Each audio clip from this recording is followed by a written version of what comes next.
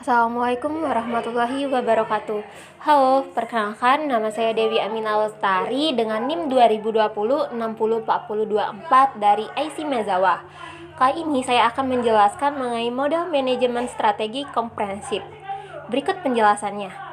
Yang pertama, mengembangkan pernyataan visi dan misi, di mana penetapan sasaran dan objektivitas jangka panjang visi serta menentukan langkah-langkah apa saja yang harus diambil untuk mempertegas dan memperjelas prioritas fungsi-fungsi tiap manajemen organisasi agar bekerja.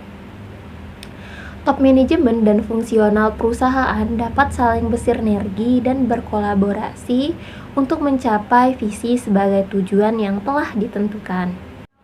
Yang kedua itu analisis lingkungan eksternal dan internal atau melakukan audit eksternal dan internal, yaitu analisa yang dilakukan oleh organisasi terkait pemahaman mendalam tentang kondisi atau keadaan internal dan eksternal organisasi dengan cara mengenali secara jelas faktor-faktor berupa kekuatan dan kelemahan dari internal perusahaan serta peluang ancaman yang muncul dari lingkungan eksternal organisasi.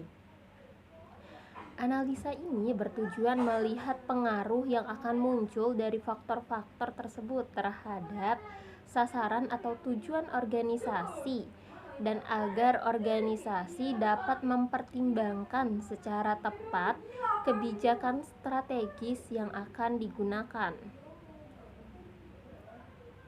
Nah, yang ketiga yaitu membuat tujuan jangka panjang. Pada dasarnya, implementasi strategi yang efektif selalu membutuhkan arahan tidak hanya sebatas tulisan dan retorika. Pada sasaran jangka panjang yaitu pencapaian yang lebih dari 1 tahun.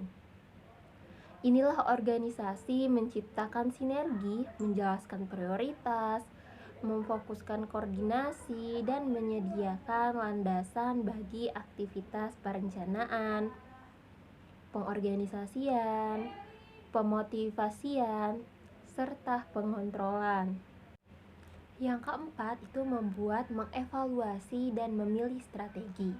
Berbekal landasan visi dan misi serta hasil analisa faktor-faktor lingkungan internal eksternal, organisasi merumuskan alternatif strategi-strategi yang sesuai dengan kapabilitas dan keadaan organisasi, diikuti dengan penilaian dan evaluasi kritis menggunakan penyuasan objektif jangka panjang agar realisasi dari strategi tersebut dapat membawa hasil yang maksimal pada organisasi dan selanjutnya strategi tersebutlah yang akan dipilih untuk direalisasikan.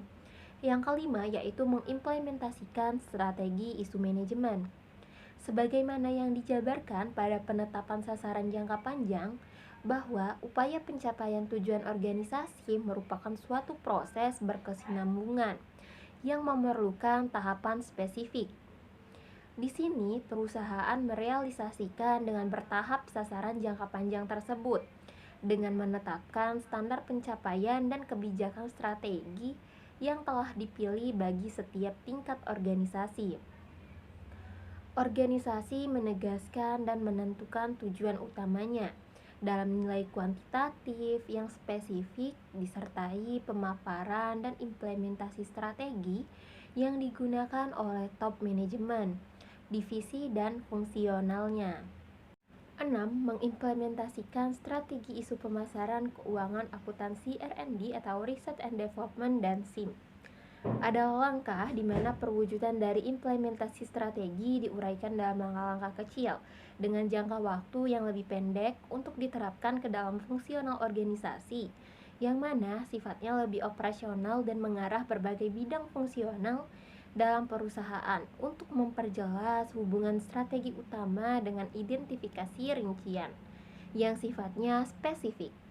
Implementasi ini mengaitkan segala bidang fungsional perusahaan seperti keuangan, sumber daya manusia, produksi dan operasi, pengembangan dan penelitian sistem informasi, serta bidang pemasaran yang mana menjadi penuntun dalam melakukan berbagai aktivitas agar konsisten, bukan hanya dengan strategi utamanya saja.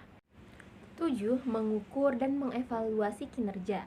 Ketika strategi yang akan ataupun telah diimplementasikan dinilai menunjukkan perubahan yang tidak sesuai dengan rencana yang ada, hasil yang dicapai, atau memang disebabkan asumsi yang salah dan hal-hal lain yang sifatnya tidak dapat dikontrol, maka rencana perlu direvisi ulang dengan evaluasi kinerja. 3. Aktivitas penilaian strategi yang paling mendasar adalah: yang pertama, peninjauan ulang faktor-faktor eksternal dan internal yang menjadi landasan strategi saat ini. Yang kedua, pengukuran kinerja. Dan yang ketiga, pengambilan. Itulah penjelasan mengenai video model manajemen komprehensif. Sampai jumpa kembali. Wassalamualaikum warahmatullahi wabarakatuh.